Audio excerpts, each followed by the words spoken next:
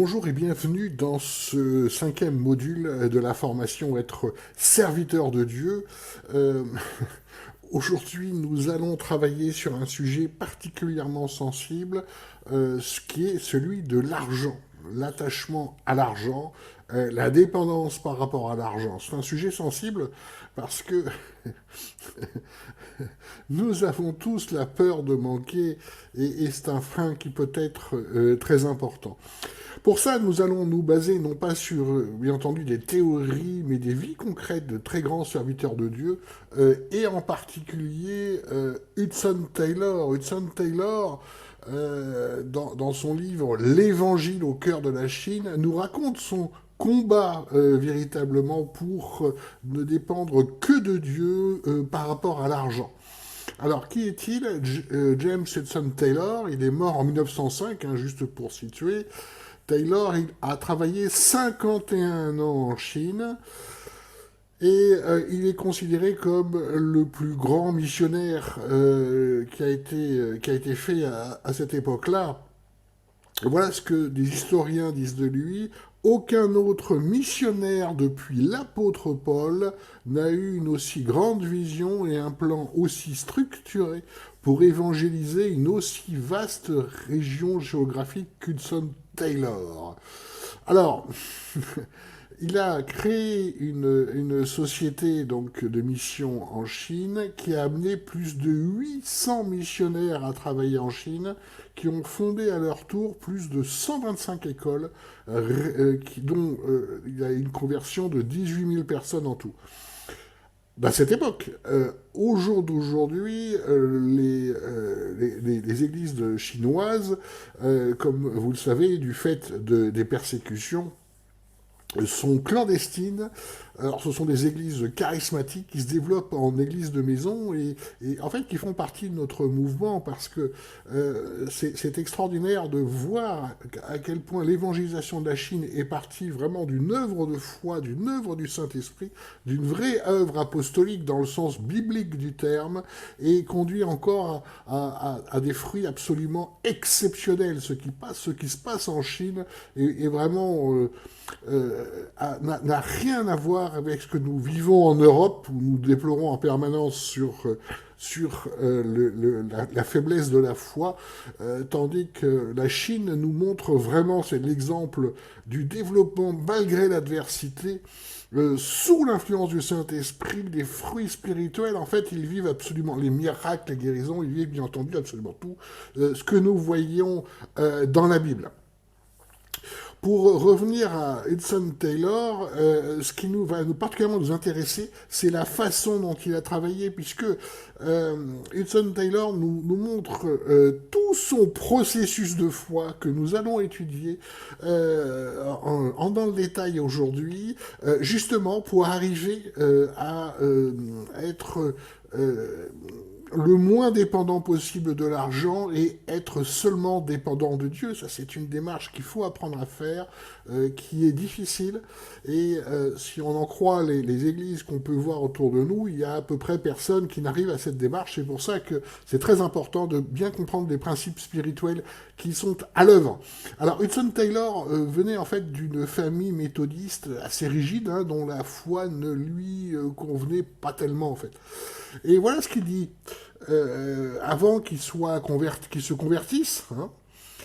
Et pourtant, se dit Hudson, si Dieu existe, la chose la meilleure et la plus intelligente qui soit, c'est de lui faire confiance, de lui obéir et de se consacrer entièrement à son service. Il tâcha de la sorte de devenir chrétien par ses propres efforts, sans résultat. Il commença alors à se sentir comme une épave, pour une raison ou pour une autre. Il en vint à penser qu'il ne pouvait pas être sauvé en fait, hein, et il disait le mieux que j'avais à faire, c'est juste profiter des plaisirs de ce monde, puisqu'il n'y a pas vraiment d'espérance après la mort. Ce qu'il ne savait pas, c'est qu'à plusieurs dizaines de kilomètres de là, sa mère, qui se trouvait alors avec sa sœur dans une ville, euh, avait elle aussi plusieurs heures devant elle sans rien faire de précis, hein. Après le repas de midi, elle se retira dans sa chambre, ferma la porte et se décida non seulement à prier pour la conversion de Hudson, mais à ne pas abandonner le combat tant qu'elle n'aurait pas la certitude que sa prière fût exaucée. En réfléchissant à ce qu'il venait de lire, Hudson, donc dans la Bible bien sûr, prit très fortement conscience de son propre péché et du danger qu'il y avait à ne pas réagir. Il fut en fait transpercé par ces mots, tout est accompli. Mais qu'est-ce qui était donc accompli? Les sermons qu'il avait entendus, mais qu'il n'avait pas qu'il n'avait pas vraiment touché, hein, et sa propre connaissance de la Bible lui ont permis de répondre aussitôt, en fait, qu'est-ce qui a été accompli? Une expiation complète et parfaite qui a pleinement satisfait aux exigences de sainteté, de justice de Dieu à l'égard du péché. Voilà ce qui a été accompli. Puisque désormais la dette est payée par celui qui a pris à ma place, Christ étant mort pour mes péchés, que me reste-t-il à faire? Quelle était la valeur de tous mes efforts pour devenir chrétien? Il lui semblait alors, comme il le déclara lui-même, qu'à l'instant même resplendit dans son âme avec la lumière du Saint-Esprit la conviction qu'il n'y avait rien à faire sinon à s'agenouiller, à accepter ce Sauveur et son salut, et à le louer à jamais. C'est ainsi que Hudson Taylor se mit à genoux sur le plancher d'un vieux magasin et devient chrétien. Au même instant, dans sa chambre, la mère du jeune homme sut qu'elle pouvait cesser d'intercéder. Elle se mit alors à louer Dieu pour la ferme assurance produite par le Saint-Esprit qu'elle en était certaine. Hudson Taylor venait de se convertir.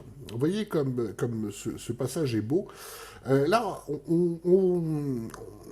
on voit des principes spirituels que nous vivons, le sorte de flash.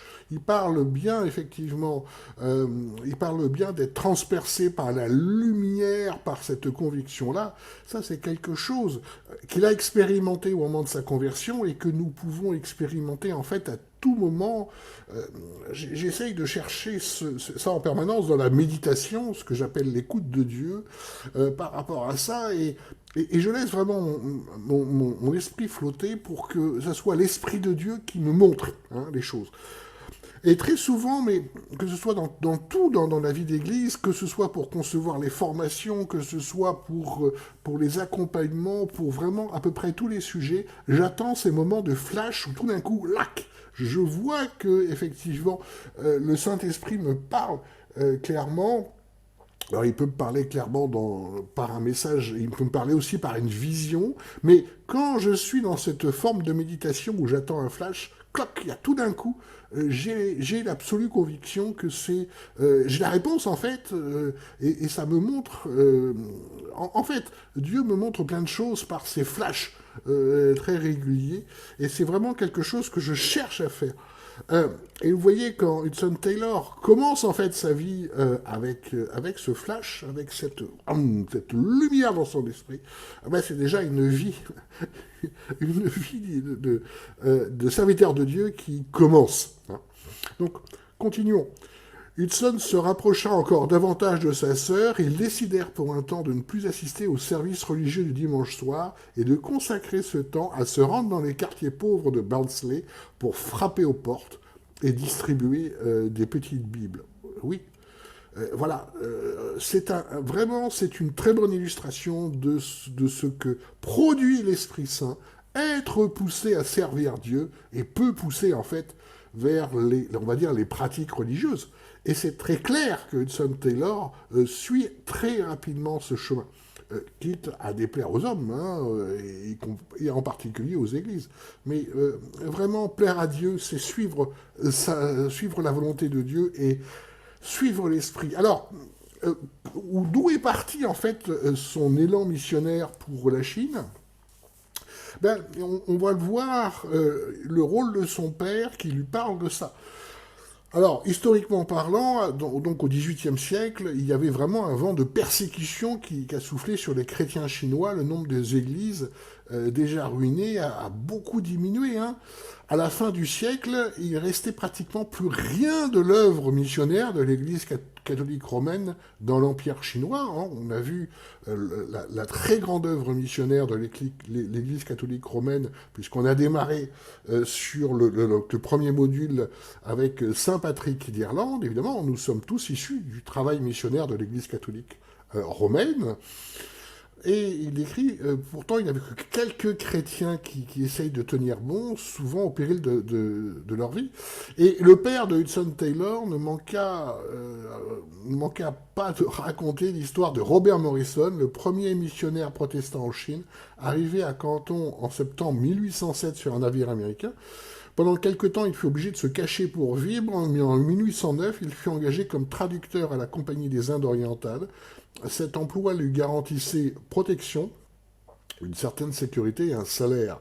Il étudia la littérature et la sagesse chinoise dont il devint un éminent spécialiste.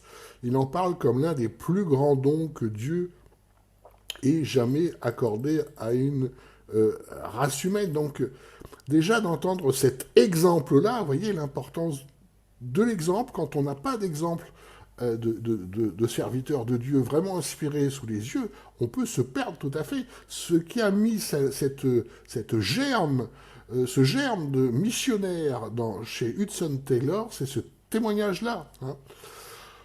En fait, à l'époque où ça commençait à germer véritablement chez lui, il y avait seulement, l'histoire nous dit, 3 autres chrétiens protestants qui s'étaient rendus en Chine pour y servir Dieu. Vous voyez, la taille de la Chine, c'est-à-dire rien du tout. Et voilà comment il l'a vécu. Hudson donc avait appris également que le pasteur congressionniste de Barnsley possédait un exemplaire de l'ouvrage de Melchior sur la Chine, China, its Sites and Prospects. Il décida de lui emprunter. Et alors, le pasteur lui dit, je veux bien vous prêter ce livre, hein, mais pour quelle raison ? Et voilà ce que répond Hudson. Dieu m'a appelé à consacrer ma vie comme missionnaire en Chine, répondit Hudson. Et comment est-ce que vous envisagez d'y aller ? Je ne sais pas. Mais il me semble que je devrais faire comme les 12 ou les 70 disciples en Judée, partir sans bourse ni sac, sans nourriture ni argent, en comptant seulement sur celui qui les avait envoyés pour subvenir à tous leurs besoins. Le pasteur posa sa main sur l'épaule de Hudson avec bonté. « Ah, mon garçon, en vieillissant, vous deviendrez plus sage. Une telle idée pouvait réussir lorsque Jésus était sur la terre, mais plus maintenant. » Des années plus tard, Hudson évoqua cet incident et écrivit « J'ai vieilli depuis, mais je ne me suis pas assagi du tout. Je suis de plus en plus convaincu que si nous acceptons les directives de notre Maître et si nous laissons guider par les promesses qu'il a faites à ses premiers disciples, nous nous apercevons qu'elles s'appliquent tout aussi bien à notre temps qu'au leur. Et c'est tellement vrai. Je vous parlais tout à l'heure des églises de maisons chinoises où la foi se vit exactement comme les premiers chrétiens, bien sûr. Si nous faisons ce que la parole de Dieu nous dit, nous verrons ce dont la parole de Dieu nous parle. Si nous ne faisons qu'un tout petit peu de la parole de Dieu, nous ne verrons pas grand-chose. Et c'est ce qui se passe au jour d'aujourd'hui. Hein. Vous voyez qu'un serviteur de Dieu ne cesse pas non plus découragé par les hommes, et en particulier les hommes d'église. En fait, ce que lui a expliqué ce pasteur sur le fait que Jésus n'était plus vivant au jour d'aujourd'hui, que c'était plus difficile, est bien sûr complètement faux, puisque Jésus lui-même a bien dit qu'il nous laissait le Saint-Esprit pour faire des œuvres plus grandes. Donc il nous a parfaitement équipés pour chaque mission. Mais c'est une des excuses, des centaines d'excuses qui sont utilisées dans tous les milieux pour ne pas faire ce que Dieu demande. Alors, il y a un exemple très clair aussi avec Müller. Voilà l'exemple de Müller que Hudson Taylor a connu. Müller s'était converti à Christ après avoir mené une vie de débauche, d'ivrognerie, de tromperie, alors qu'il était étudiant à l'université de Halle en Allemagne. Pasteur d'une église en croissance constante à Bristol, il s'était rendu compte que peu de gens, même les membres de sa propre communauté, croyaient vraiment que Dieu exauce les prières. C'est tellement vrai, ça encore. Aussi soupirait-il après l'occasion de démontrer qu'il y a du vrai dans les choses de Dieu. À cette époque, dans Olivier Twist, Charles Dickens attirait l'attention du public sur la condition des orphelins. Müller se dit que s'il parvenait à ouvrir et à diriger un orphelinat simplement par la prière et par la foi, il fortifierait la foi des chrétiens et prouverait en même temps aux non-chrétiens que Dieu est bien réel.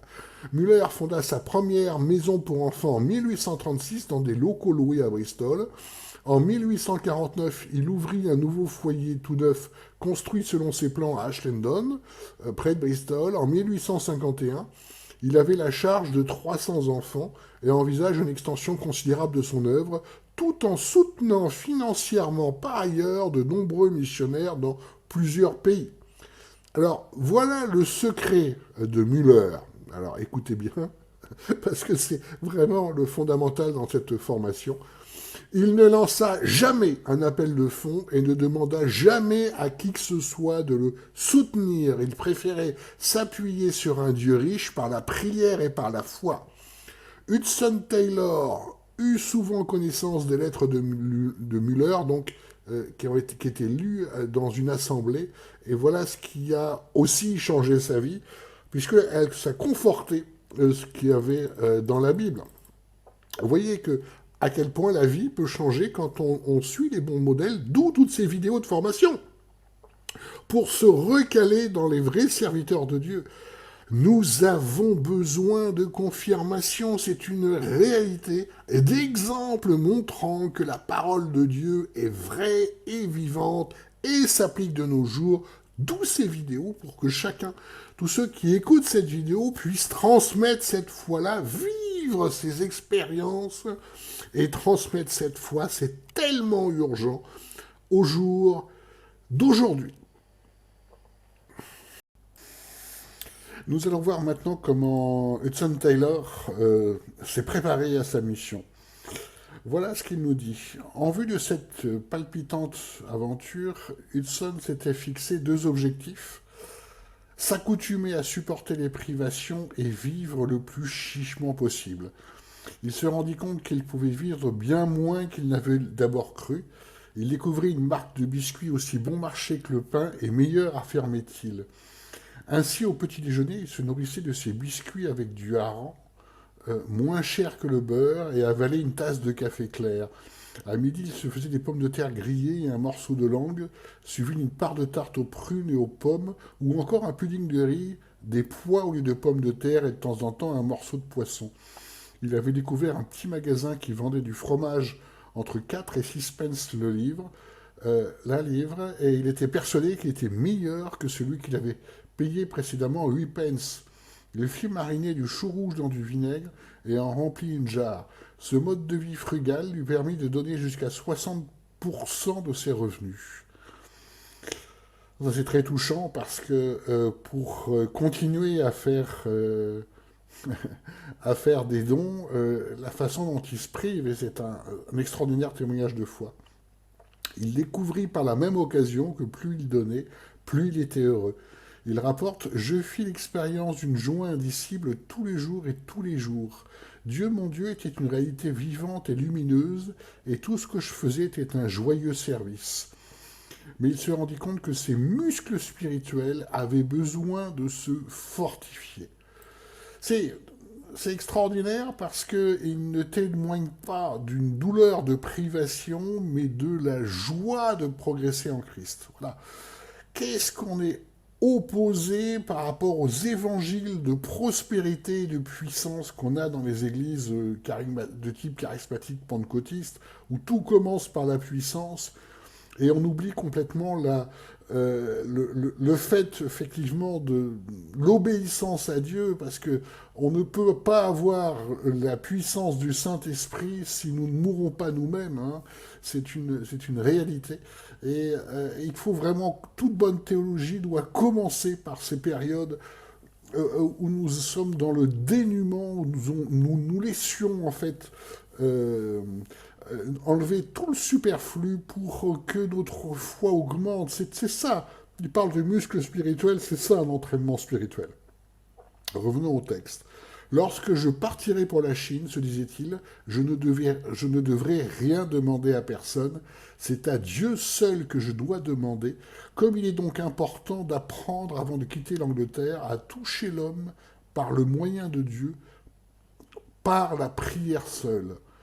C'est ainsi qu'il fit toute une série d'expériences avec Dieu.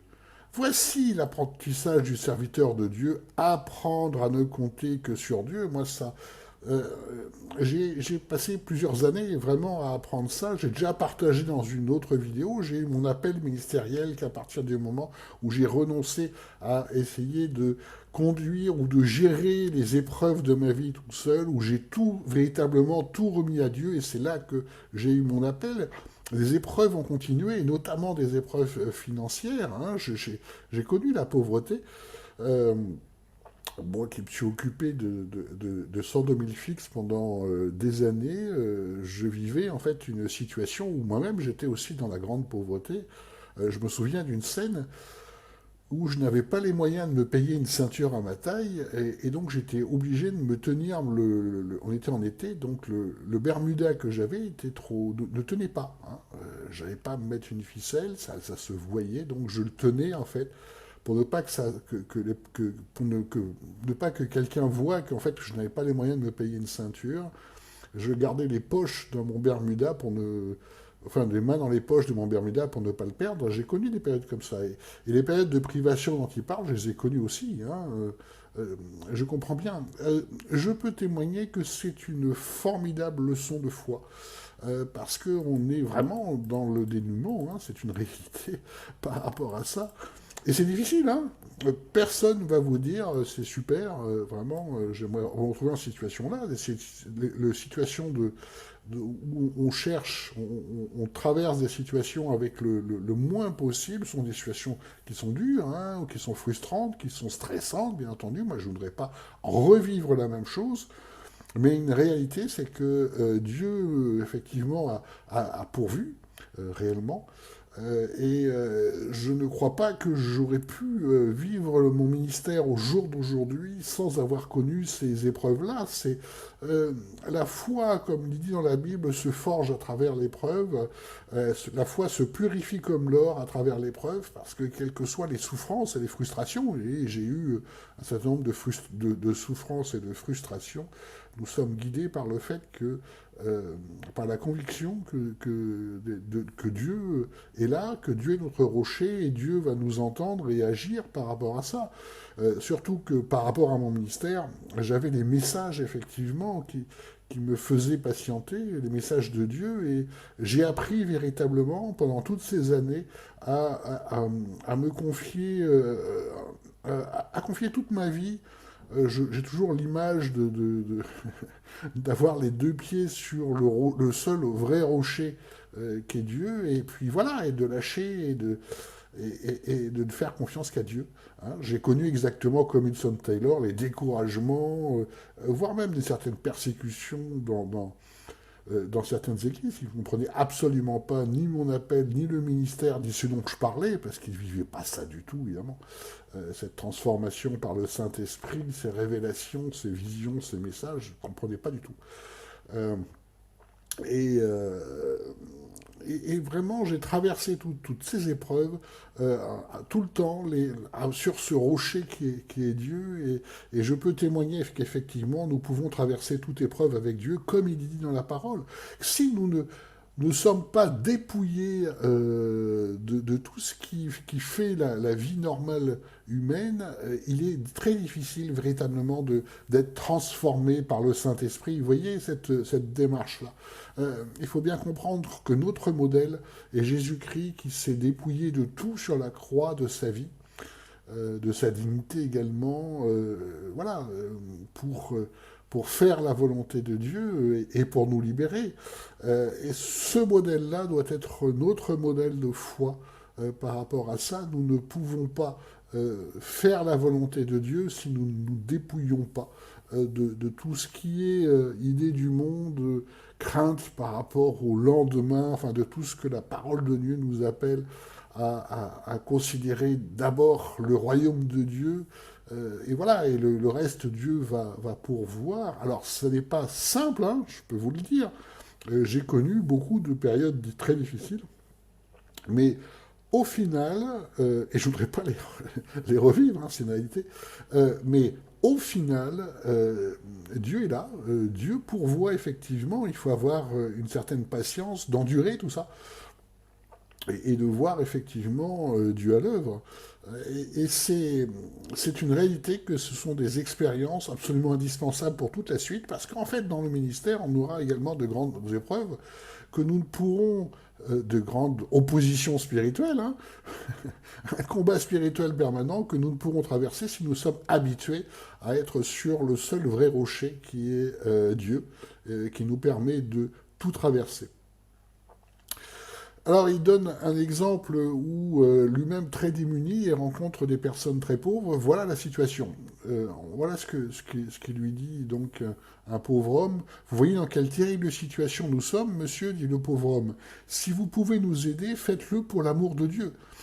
Taylor promena son regard sur lui, sur sa femme et sur ses enfants, puis il se souvient des paroles de Matthieu 5, 42. Donne à celui qui te demande, et il plongea sa main dans la poche et en tira la demi-couronne. Cela peut vous sembler bien peu de ma part, dit-il en tendant la pièce, mais c'est tout l'argent que je possède. Ce que j'ai voulu vous dire est vrai, Dieu est vraiment un Père et on peut lui faire confiance. En rentrant chez lui par les rues désertes à cette heure, le long du chemin boueux et sombre, son cœur s'était aussi léger que son porte-monnaie. Arrivé au numéro 30, il mangea sa soupe de gruau léger en se disant qu'il ne l'aurait pas échangé contre le festin d'un prince. Il s'agenouilla au pied de son lit et pria « Seigneur, ta parole déclare que celui qui donne aux pauvres prête à Dieu fait que la durée de ce prêt ne soit pas trop longue. » Oui, je comprends ça. Sans quoi je n'aurais rien pour mon déjeuner de demain, la femme survécut ainsi que son bébé. Taylor comprit alors que sa propre vie chrétienne aurait été gâchée s'il n'avait pas eu le courage de faire confiance à Dieu en cette circonstance. Le lendemain matin, il était en train de prendre son petit déjeuner lorsqu'il entendit le facteur qui frappait à la porte. Après, donc, la loueuse, effectivement, lui entre et lui tend une lettre, et l'écriture était inconnue, et les mains humides de son hôtesse avaient brouillé le cachet. En l'ouvrant, il découvrit une paire de gants de chevreau enveloppés dans une feuille de papier blanc. Au moment où il déplia la feuille, une pièce d'un demi-souverain roula par terre. « Gloire au Seigneur !» s'exclama-t-il. « 400% en 12 heures, c'est un bien bel intérêt. » Il décida de confier tout son argent à cette banque qui ne pouvait faire faillite, selon l'expression favorite de George Muller. Si nous sommes fidèles dans les petites choses, conclut-il, nous acquérons une expérience et une force qui nous seront utiles dans les moments plus difficiles de la vie. Le samedi, il devait payer le montant de la pension à Mme Finch. Ne devait-il pas, à cause d'elle, au moins évoquer la question aussi de son revenu avec Hardet, mais s'il le faisait, il donnerait en quelque sorte la preuve qu'il n'était pas qualifié pour une œuvre missionnaire, vous voyez, en réclamant son dû. Il employant tout son temps libre du jeudi et du vendredi à lutter avec Dieu en prière, puisqu'il s'est toujours donné comme principe de ne jamais rien demander sauf à Dieu. Le samedi, il pria ainsi: « Tendre Père, indique-moi si je dois parler de mon salaire au docteur Hardet. » Et il a entendu la réponse de Dieu: « Attends, mon heure sera la meilleure. » Il était certain que d'une manière ou d'une autre, Dieu interviendrait en sa faveur, aussi retrouvera-t-il la paix du cœur. Juste au moment où il allait éteindre la lampe à gaz dans le cabinet médical, il reconnut le bruit des pas du docteur Hardet dans le jardin. Celui-ci riait tout seul de bon cœur. « Passez-moi le livre des comptes, Taylor. Il m'arrive une chose extraordinaire. Un de mes plus riches clients est venu à l'instant me payer mes honoraires en espèces. » Après avoir prié, il eut la conviction qu'il pouvait sans difficulté décliner alors, donc, vous voyez, les deux offres de soutien financier pour sa mission. Donc, en fait, personne ne savait qu'il s'en remettait uniquement à Dieu pour subvenir à ses besoins. Donc, il a tout décliné et il a simplement... et chacun pensait que chaque œuvre missionnaire pensait qu'il avait accepté l'autre offre, en fait, qu'il avait rejeté les deux pour ne faire confiance qu'à Dieu. Voilà un autre passage très révélateur de son expérience grandissante avec Dieu. Après le départ du médecin, Taylor, épuisé, s'étendit sur le canapé et se mit à prier. Seigneur, je me suis volontairement abstenu de faire connaître mes besoins à qui que ce soit, afin que ma foi soit fortifiée. Que dois-je faire maintenant? Je n'ai pas les moyens de payer mon voyage de retour à la maison. Il sentit que Dieu lui demandait de retourner au bureau de la compagnie de navigation pour se renseigner au sujet du salaire du capitaine Finch qu'il n'aurait pas pu encaisser. Mais Père Céleste, je n'aurai pas de quoi payer le bus ou la diligence et il n'est pas du tout certain que j'y réussisse à obtenir cet argent. Est-ce que je ne suis pas simplement en train de me raccrocher à un fétu de paille, à un raisonnement personnel plutôt qu'à tes directives et ton enseignement? Après avoir encore prié, Hudson eut la conviction que Dieu lui demandait d'aller à ce bureau. Mais comment s'y rendre? Comme il était très faible, il avait tout juste réussi à descendre les escaliers sans aide. Or, le bureau se trouvait à près de 4 kilomètres.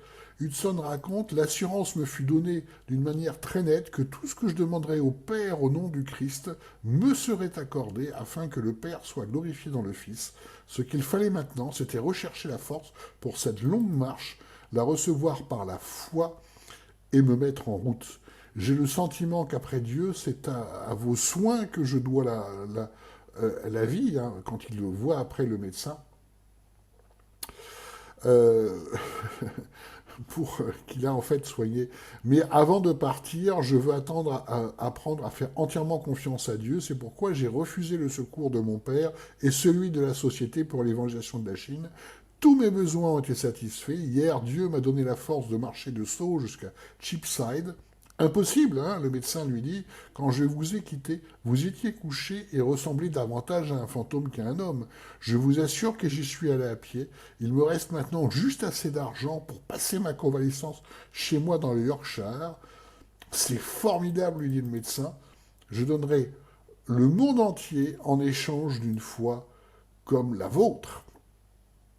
Alors, il témoigne également, voyez à quel point ce témoignage est puissant chez l'effet que ce témoignage a chez les autres. Voilà ce qu'il déclare aussi par rapport à son rapport avec les sociétés missionnaires. Il dut remplir un questionnaire détaillé, exposer sa confession de foi. Il consacra 2 nuits successives jusqu'à 3 heures du matin à peaufiner ses réponses. Celle-ci était d'une totale honnêteté. Il pensait avoir révélé ses conceptions peu orthodoxes avec une telle liberté qu'il ne serait probablement pas accepté par la société. D'après l'employé du comité, le point qui avait suscité le plus de discussions était celui où il affirmait « Je ne crois pas à la division de l'Église en clercs et en laïcs. Je crois que tous les chrétiens ont le droit de prêcher, de baptiser et de célébrer la Sainte Seine. » À vrai dire, la réaction du comité ne fut pas surprenante, étant donné que la majorité de ceux qui le composaient étaient des pasteurs ou des hommes qui défendaient le point de vue opposé. Donc le vrai serviteur de Dieu défend Dieu contre les hommes, et tout à fait vrai que cette séparation entre clerc et laïc, ou entre clergé et laïc, n'a jamais été dans la Bible par rapport à ça. Et voyez tous les combats qui attendent le serviteur de Dieu, et les combats les plus virulents se passent souvent en Église, c'est une stricte réalité par rapport à ça. Voilà le fondamental. Quand il dit « Je ne fais aucun cas de ma vie comme si elle m'était précieuse, pourvu que j'accomplisse avec joie ma course et le ministère que j'ai reçu du Seigneur Jésus, rendre témoignage à la bonne nouvelle, à la grâce de Dieu. » Voilà le fondamental. Tout doit commencer par là, le renoncement véritablement. Et il décrit aussi que, comme il ne faisait pas partie des circuits dits officiels, bien entendu, il était considéré comme un peu marginal, mais pas par Dieu, certainement pas par Dieu, et voilà ce qu'il décrit. Le moral de Taylor était au plus bas, bien que la plupart des missionnaires de Shanghai aient entretenu avec lui des relations chaleureuses, il s'était aperçu que le fait de n'avoir pas eu de consécration pastorale et de ne pas être médecin diplômé, puisqu'il avait fait médecine aussi en vue de son appel, mais il n'avait pas terminé ses études. Le causait préjudice. Les pasteurs dûment consacrés étaient invités à prêcher aux offices anglais et chinois, alors que jusqu'à présent lui-même n'avait été invité qu'exceptionnellement. Il parlait pourtant couramment plusieurs dialectes chinois. Vous voyez, chercher l'approbation de Dieu et pas les honneurs des hommes, voilà ce que fait le vrai serviteur de Dieu. Sur son travail missionnaire, voilà un des témoignages de Hudson Taylor. Hudson rouvrit le dispensaire et reprit son travail parmi les fumeurs d'opium. Il s'aperçut que le fait d'amener ses patients à la foi en Christ était plus efficace que les médicaments. C'est absolument extraordinaire quand on voit les difficultés qu'ont les personnes droguées pour arrêter cette addiction. Son témoignage que par Christ, on y arrive, et tandis qu'avec les médicaments, on y arrive beaucoup moins, c'est un témoignage extraordinaire. Il y a une leçon vraiment de tout cela, c'est qu'on ne peut faire des choses extraordinaires que par l'Esprit de Dieu, et nous ne pouvons marcher par l'Esprit de Dieu qu'en mourant à nous-mêmes. C'est comme ça que nous sommes véritablement transmetteurs de la puissance de l'Esprit de Dieu, et voilà l'énorme leçon que nous donne Hudson Taylor. À un moment donné, il parle aussi de la charge qu'il a, et c'est caractéristique des serviteurs de Dieu, il y a une charge. Pendant des mois, son esprit fut tellement assailli par les pensées des perdus et par le souci de l'œuvre qu'il ne dormait guère plus que de 2 heures par nuit. Il lui arrivait même de ne pas trouver le sommeil du tout. Est-il prêt à faire ce que Dieu lui demandait? Pendant tout ce temps, se disait-il, chaque mois, 1 million de Chinois meurent sans Dieu. Ça, c'est vraiment typique de l'appel de l'évangéliste, hein, vous voyez, où c'est un appel qui dépasse tout. Mais ceci dit, nous sommes tous appelés à être évangélistes à un moment donné. La question, effectivement, qui se pose, est-ce qu'on est obsédé par le fait de servir Dieu? Est-ce qu'on considère que servir Dieu est beaucoup plus important que notre vie ou pas du tout? Et voilà le critère de base pour savoir si l'on est disposé à être un vrai serviteur de Dieu avec la puissance spirituelle qui en découle, mais qui ne sert certainement pas à notre glorification, mais qui sert véritablement à l'œuvre, parce que l'œuvre est difficile et nous ne pouvons rien faire sans cette puissance extraordinaire qui est le Saint-Esprit. Alors, il nous donne encore un témoignage extraordinaire sur son rapport à l'argent. Voilà ce qu'il dit. Sachez cependant que dans de nombreux cas, ce que Dieu veut, ce n'est pas l'argent, mais une consécration personnelle à le servir au loin, ou encore l'engagement à son service d'un fils ou d'une fille, don plus précieux que l'or. Je pense pour ma part qu'une collecte a tendance à faire croire que le plus important c'est l'argent, mais aucune somme d'argent, aussi élevée soit-elle, ne peut convertir une seule personne. Ce qu'il faut, ce sont des hommes et des femmes remplis de l'Esprit Saint, s'offrant pour eux-mêmes pour l'œuvre. Il ne manquera jamais d'argent pour soutenir de tels ouvriers.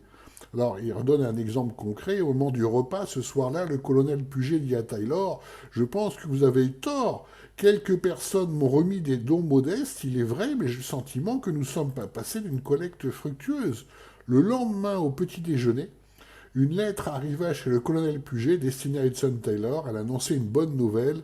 Un navire était rentré dans le port de Londres et s'apprêtait à faire voile pour la Chine peu après le 20 mai. C'est exactement ce qu'il fallait pour lui-même et son équipe de missionnaires. Le navire tout entier pouvait leur être réservé. Voulait-il d'abord le voir? Ce matin-là, le colonel Puget descendit plus tard. Il avait les traits tirés. « Je n'ai pas bien dormi, dit-il à son hôte. Après le petit déjeuner, il invita Taylor à le suivre dans son bureau. « Voici les dons qui m'ont été remis pour votre mission. Après la réunion, hier soir, il me semblait que vous aviez tort au sujet de la collecte. Maintenant, je suis persuadé que vous aviez raison. Cette nuit, en pensant aux multitudes d'âmes qui meurent dans les ténèbres en Chine, je n'ai pu que crier au Seigneur, ainsi que vous l'aviez suggéré. Seigneur, que veux-tu que moi je fasse? Je crois avoir obtenu la réponse. » Attendu. Voici la réponse. En disant cela, il remit à Hudson un chèque de 500 livres sterling. S'il y avait une collecte, ajoutait-il, j'aurais donné 5 livres. 500 livres de l'époque voulaient actuellement dire plus de 10 000 livres. Voilà ce qu'il nous explique. Les missionnaires de la plupart des sociétés logent dans des bien meilleures maisons que nous, ont du mobilier plus recherché que le nôtre et plus de nourriture européenne que nous, que nous- et, et que nous n'en aurons jamais. Mais aucun d'eux ne va s'installer à l'intérieur du pays parmi les Chinois, vivant comme les Chinois. Et c'est exactement ce que Hudson Taylor faisait, à tel point qu'il a adopté depuis longtemps l'habit chinois et la fameuse natte, vous savez, comme on voit dans les illustrations. Voilà ce qu'il nous dit sur le travail pour Dieu. Si vous voulez un travail ardu et peu apprécié du monde, si vous cherchez à être approuvé de Dieu au risque d'encourir des désapprobations des hommes, si vous êtes prêt à supporter joyeusement la privation de vos biens, et s'il le faut, à sceller votre témoignage de votre sang, vous pouvez compter sur une belle moisson d'âme dès ici-bas et dans l'au-delà sur la couronne de gloire qui ne se flétrit jamais et sur le cela va bien du maître. Voilà. Voyez, je crois qu'on va finir avec cette conclusion-là, de voir à quel point ce dépouillement de l'argent, le fait de pouvoir dire que que nous comptons vraiment sur Dieu est un apprentissage du service de Dieu extraordinaire, puisque on est tous humainement parlant, une angoisse de manque par rapport à ça. Et c'est vraiment une école. On a en permanence euh, besoin vraiment de se changer. Le renouvellement de l'intelligence, ça veut dire que nous acquérons de nouveaux réflexes. Le nouveau réflexe de penser que notre sécurité, c'est Dieu, et ça, il faut des années d'exercice spirituel dans la foi pour y arriver. Dieu va nous faire passer également par des épreuves pour nous apprendre cette réalité-là. Et de par mon propre expérience, je peux dire qu'à partir du moment où nous avons bien compris ces leçons-là, les épreuves que Dieu nous envoie, c'est à ce moment-là que euh, euh, nous allons être plus à notre aise, mais ça ne sera plus une gêne pour servir Dieu. Vous voyez l'importance effectivement de se laisser dépouiller pour être véritablement le transmetteur du Saint-Esprit. Voilà à quel point l'argent et le rapport à l'argent peut détruire la foi. Nous l'avons dans les églises, nous avons bien entendu dans les ministères. Rappelons cette phrase très forte en Galates 6,6, que celui à qui on enseigne la parole fasse part de tous ses biens à celui qui l'enseigne. Qu'est-ce que ça veut dire? Ça veut dire que l'argent doit être considéré comme un sacrifice volontaire à Dieu. Chacun doit pouvoir considérer que le plus important c'est Dieu et que dans cette phrase, celui à qui on enseigne la parole fasse part de tous ses biens à celui qui l'enseigne, ça veut dire que dans la foi, nous faisons le sacrifice de notre confort pour un confort bien meilleur qui est le confort de Dieu. Voilà ce que veut dire cette phrase.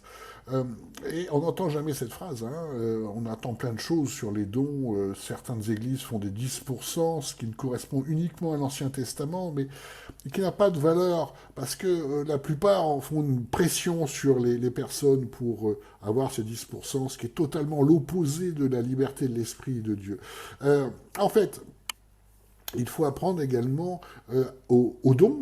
Rappelez-vous la leçon que nous a donnée Hudson Taylor quand il donnait le peu qu'il avait, en comptant sur Dieu pour lui ramener. Je comprends ça. J'ai fait ce genre d'expérimentation aussi. C'est expérimentation dans lesquelles, comme Hudson Taylor le dit, on n'est pas très à l'aise. On est stressé, on se dit est-ce que ça va marcher, bien sûr.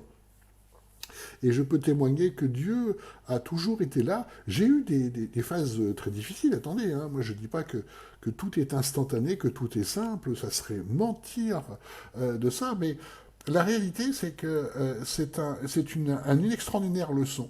Et il faut vraiment pouvoir se détacher des questions d'argent parce que Dieu nous le demande, tout simplement. Ce qu'il décrit également, tout le monde le dit, vous vous rendez compte, dans le travail de missionnaire que vous avez fait, est-ce que vous manquez? Non, non, non. il décrit la plupart du temps qu'en fait, il n'y a pas vraiment de grand manque, puisque Dieu agit par rapport à ça. Euh, J'ai connu des périodes des périodes vraiment difficiles. En même temps, Hudson Taylor est très modeste. Hein. Il a eu quand même certainement des périodes de grandes difficultés, mais comme il place son niveau de satisfaction très bas, voilà ce qu'il décrit. Il est vital véritablement de se détacher des questions d'argent comme la parole de Dieu nous le demande pour faire le service de Dieu. Or, c'est quelque chose que nous ne voyons quasiment jamais hein, en France et puis en général en Europe, alors que c'est vraiment une condition sine qua non. Euh, Acquérir des réflexes effectivement d'obéissance à Dieu est la chose la plus importante que nous devons faire pour le service de Dieu. Euh, et ça, cette leçon-là sur l'argent est une leçon absolument fondamentale. Rappelons-nous que l'Église primitive, alors c'est vrai que nous avons un modèle d'Église qui se rapproche de l'Église primitive. Chacun oublie un peu qu'il y a un partage de biens dans l'Église primitive et que les apôtres, l'œuvre des apôtres était de partager effectivement les biens de chacun pour les remettre à ceux qui sont les plus démunis. Ça, c'est une réalité de la vie d'Église que nous ne voyons plus du tout dans les églises actuelles. Et pourtant, c'est un principe spirituel très important. Si nous adoptons ce principe spirituel que la Bible nous montre de vraie solidarité, que Jésus nous demande de faire très, très régulièrement, en fait, les problèmes de pauvreté diminuent. Hein. Et c'est une réalité de ce que nous pouvons vivre, de voir que ces mécanismes spirituels qui sont difficiles à acquérir, mais indispensables pour notre sanctification et pour le service de Dieu, permettent également de résoudre les problèmes de pauvreté les uns pour les autres. Vous savez, dans l'Église, on doit pouvoir agir de façon puissante, en étant détaché de cette fausse sécurité que nous donne l'argent pour acquérir la vraie sécurité que nous donne Dieu. Voilà toute la leçon de Hudson Taylor est une leçon tellement fondamentale que nous avons à expérimenter dans nos vies pour véritablement servir Dieu. Voilà pourquoi il ne faut jamais inverser, comme on le voit dans beaucoup d'églises, les notions de puissance spirituelle sans avoir vécu au préalable toute cette phase fondamentale, strictement biblique, du détachement et du fait de mourir à soi-même. Hein. Alors, la récompense, effectivement, c'est que nous voyons la puissance du Saint-Esprit à l'œuvre. Hudson Taylor et les autres serviteurs de Dieu dont je vous ai parlé l'ont vu. La folie de notre époque, c'est chercher la puissance sans passer par cette phase. Alors là, c'est juste de l'orgueil. Ou alors chercher la prospérité, chercher le confort, en fait. En se disant en transformant Dieu simplement en un Père Noël qui résout tous les problèmes qu'on a. Il n'est pas là pour résoudre les problèmes qu'on a dans la chair, il est là pour résoudre les difficultés que nous avons dans son service. Vous voyez l'énorme différence. Et c'est cette réalité-là que nous devons acquérir par toutes ces expériences de brisement qui sont en fait tout à fait indispensables au ministère, tout à fait indispensables pour être serviteur de Dieu et bien entendu tout à fait indispensables en général pour être disciple. Merci pour avoir suivi ces vidéos. Si vous les appréciez, vous pouvez mettre un pouce bleu et également vous abonner pour avoir les autres formations et autres vidéos. Soyez vraiment bénis dans votre service de Dieu, que tout ce chemin également d'épreuves vous permette de fortifier votre foi pour vous rapprocher de plus en plus de Dieu. Plus vous vous rapprochez de Dieu, plus vous sentez ses effets, plus vous vivez sa joie et sa paix, et plus vous pouvez faire son service et voir l'action du Saint-Esprit pour chacun. Et ça, c'est une bénédiction que je souhaite à chacun d'entre vous. Au revoir.